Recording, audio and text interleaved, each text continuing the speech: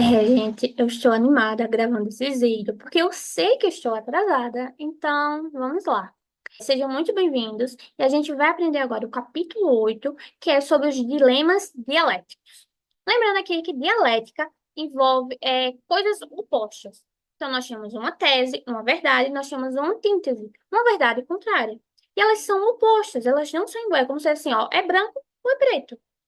E aqui, na dialética, a gente vai fazer uma síntese. Vai unir um ponto e o outro para chegar ao meio, para chegar num equilíbrio. Pode ser branco, pode ser preto. Tipo o meu vestido aqui, ó. Branco, preto. Faixas, lixas. Então, vamos lá compartilhar essa tela. Esse foi um capítulo grande, eu dividi ele em quatro partes, então vai ser quatro vídeos para a gente poder saber um pouquinho mais sobre esses dilemas dialéticos e cada um deles. Os padrões comportamentais disfuncionais são obstáculos que impedem a solução dos comportamentos alvos. Então, nós temos aqui um comportamento alvo, um problema, tipo esse paciente tem ideação suicida, e um obstáculo que impede a solução dele são os padrões comportamentais disfuncionais. São aqueles padrões que já estão rígidos, que são disfuncionais, que estão impedindo a gente solucionar esse problema. E a psi pode acabar não se percebendo e até mesmo colaborar com eles, piorando eles. E ele traz aqui um exemplo de que tinha uma paciente que ela tinha ideação suicida, praticava comportamentos autolesivos e ele era compassivo e validador ao avaliar os episódios, com a intenção de reduzir a intensidade da vergonha da paciente. Mas aprendi que ela interpretava minha compaixão como uma forma de perdão, que na verdade reforçava os episódios. Era como se ela estivesse indo ali com um padre, ele estivesse dizendo, ó, faça isso e pronto, eu te perdoo. Eu entendo, eu te perdoo. Pode, tipo assim. Sei que não é assim que funciona, viu, gente? Tô sendo aqui extrema. Então, pode continuar praticando, porque você está perdoada. Você é uma nova pessoa. E aquilo dali fazia ela pensar: ó, se eu tô perdoada, eu posso fazer de novo. Eu posso errar de novo. Porque ele estava ali sendo compassivo, validador. É como se ele estivesse dizendo: ó, fazer isso tá funcionando. Era assim que ela entendia. Que fazia com que o padrão dela continuasse acontecendo. Porque ela era compassivo e validador com aquele episódio, com aquele machucamento que ela se machucava daquela forma. Que sim, a gente pode acabar contribuindo para os comportamentos disfuncionais do nosso paciente. Por isso que é importante fazer uma análise em cadeia, uma formulação do caso dos pacientes para entender como é que está funcionando ele. E sempre estar refazendo isso quando vai surgindo novos dados para avaliá-lo. Então, existem aqui alguns dilemas dialéticos, que vai ser os temas comuns nesses padrões disfuncionais. E esses padrões disfuncionais, eles podem ser vistos em pares, extremidade. É como se tivesse aqui, ó, dialético. Lembra? Tese, antítese. Então, nós temos aqui, de um lado, a biologia e do outro extremo, o ambiente. Então, o paciente pode estar muito do lado da biologia, do ambiente, e às vezes, esses pares eles podem ser vistos de maneira sobreposta na terapia. Então, às vezes, o paciente ele está de um lado do dilema e depois ele está do outro. E ele fica trocando muito rápido. Ou então ele apresenta assim, alguns de um e alguns de outro. Então, não é tipo assim, ó, é um ou outro. Não. Existe aqui, a gente pode dizer até uma síntese, né? Mas síntese, o que a gente quer chegar aqui é nesse paciente. Então, aqui, nós temos alguns dilemas, são três que ela traz que o primeiro é da modulação emocional, da capacidade de se modular, de se regular, onde o paciente, num extremo, ele está ali vulnerável emocionalmente, está doendo muito, e do outro extremo, ele se auto-invalidando, dizendo, ó, você não está doendo. No pedir ajuda, nós temos aqui uma passividade ativa, que é como se dissesse, eu sou passivo ao pedir ajuda, ao mesmo tempo que é uma passividade que faz com que, ó, me ajude, me socorra. Só que é um socorro do tipo assim, de uma forma totalmente disfuncional. E do outro lado, ele aparenta estar ótimo. Então, se você está ótimo, como é que eu vou lhe ajudar? Está ótimo, você não precisa de ajuda. O terceiro dilema é o processamento de perda e trauma. De um lado, esse paciente ele está numa crise implacável, numa dor inaguentável, e do outro lado, ele está num luto inibido. Ele não está sentindo nada, ele está ótimo. E aqui nós temos mostrando, né, como é que funciona isso. Então, nós temos o biológico aqui em cima desse tracejado. Nós temos quais são os que tem a ver com a biologia. Que aqui a gente começa a perceber que tem muito uma questão biológica, né, de emoção. Então, a crise implacável, a vulnerabilidade emocional, a passividade de pedir ajuda. Do outro lado, o social. O que foi que o social, o ambiente invalidante, lhe disse que ele tem que fazer? Ele tem que estar bem, ele tem que se auto-invalidar, porque esse ambiente invalidante invalida ele, então ele aprende a se invalidar, e ele tem que mostrar que tá ótimo, que não tá sentindo nada, que nada aconteceu com ele, nesse luto inibido. Do lado biológico, eu coloquei aqui que a gente pode ver uma subregulação ou descontrole. Então, quando o paciente está aqui, nessa crise implacável, nessa vulnerabilidade, ele tem um descontrole, ele tem uma regulação mínima. Enquanto do outro lado, ele tem uma hiperregulação, ele tem um super controle. A competência aparecendo também, se invalidando, não sentindo nada. Por isso que a DBT, a gente fala que ela funciona por causa de desregulação emocional ou de hiperregulação, que também acontece com os pacientes, que eles acabam como se fosse não sentindo nada. Não, eu não tenho emoção, eu não sei qual emoção eu estou sentindo. E aqui que entra a questão da DBT, de reconhecer o que está sentindo, nomear, entender o propósito e fazer diferente. Aqui ele traz como é que funciona essa coisa, né? Tipo, como foi que chegou nesse dilema dialético? Tá que nós temos esse dilema dialético, como a gente já viu no anterior, essa imagem. E aqui, antes dela, nós temos o que levou a isso, né? Que foi o biológico e o social. Essa transação entre um e outro.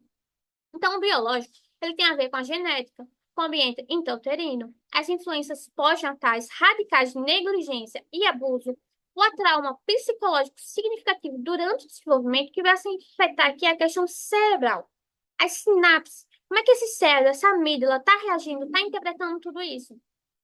E aqui, essa pessoa, ela vai ter uma sensibilidade emocional alta. Então, é como se o meu limiar aqui de dor emocional, fosse baixo. Então, qualquer coisa para mim aqui é insuportável.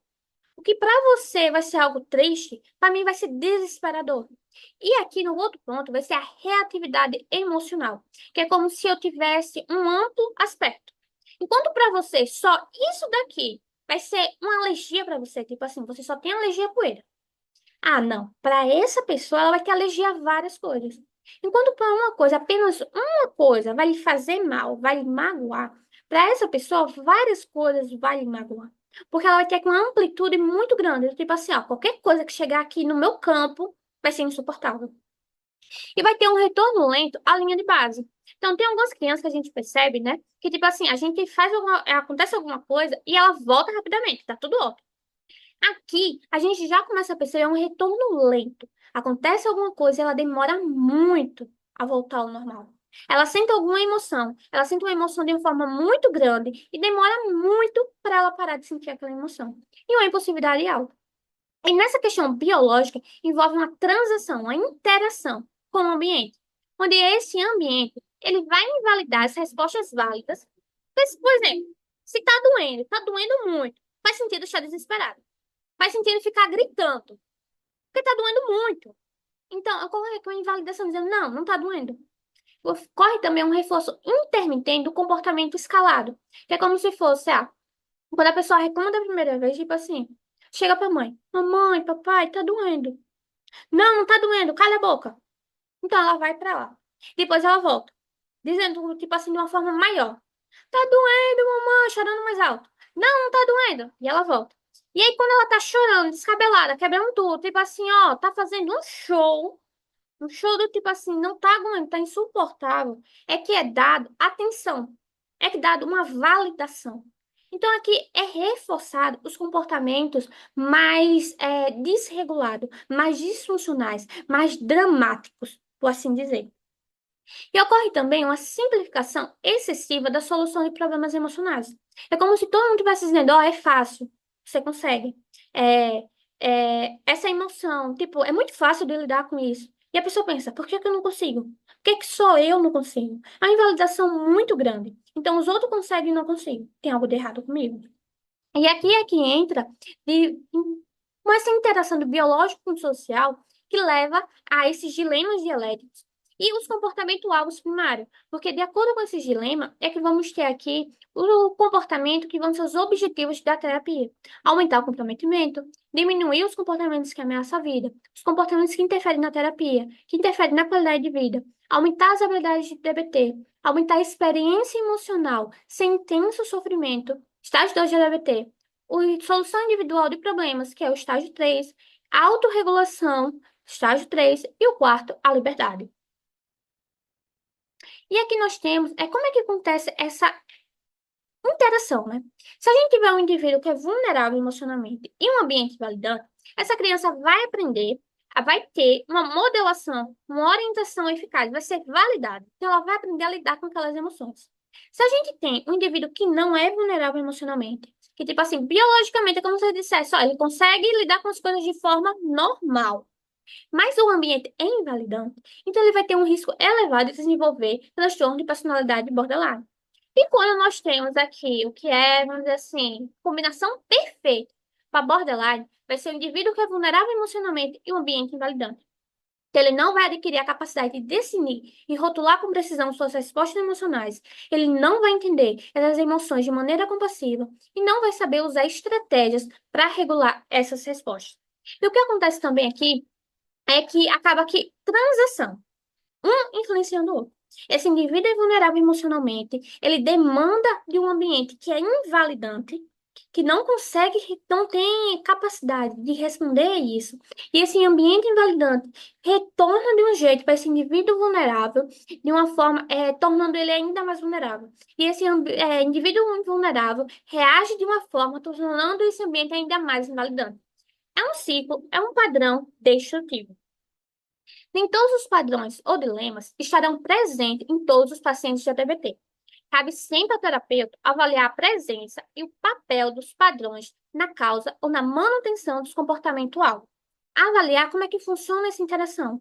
O meu paciente, ele tem mais um sofrimento que ele não aguenta, que é uma vulnerabilidade emocional alta, ou ele é mais uma questão aqui de uma autoinvalidação. Em qual espectro ele está aqui desse dilema?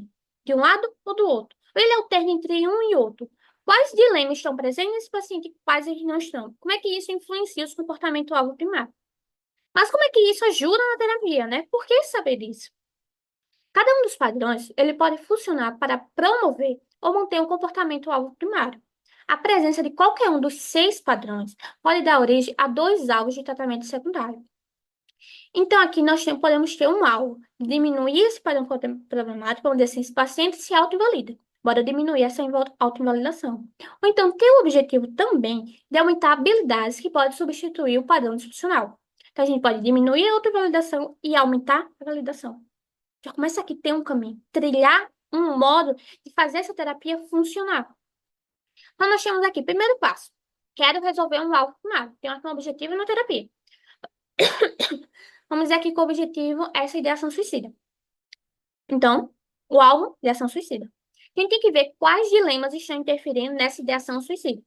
Definiu isso? Vamos especificar quais são os alvos secundários. Quais são os objetivos secundários? Como é que esse ideação suicida está sendo influenciada pelos esses dilemas?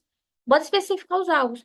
Então, use estratégias para resolver esse alvo secundário, que vai acabar resolvendo o alvo primário.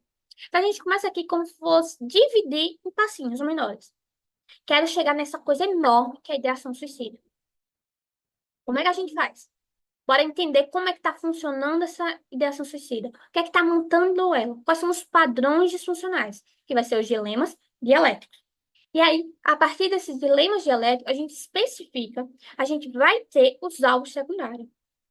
Então, quando a gente resolve esse alvo secundário, coloca as estratégias que podem ser da DBT, da TCC, do comportamental, a gente resolve esse alvo secundário, o primário vai ser resolvido. E é isso, gente, o nosso episódio, nosso vídeo sobre os dilemas dialéticos. E nos próximos a gente vai ver cada um deles de forma mais especificada. O próximo vai ser da vulnerabilidade à autoinvalidação. Vejo vocês na parte 2.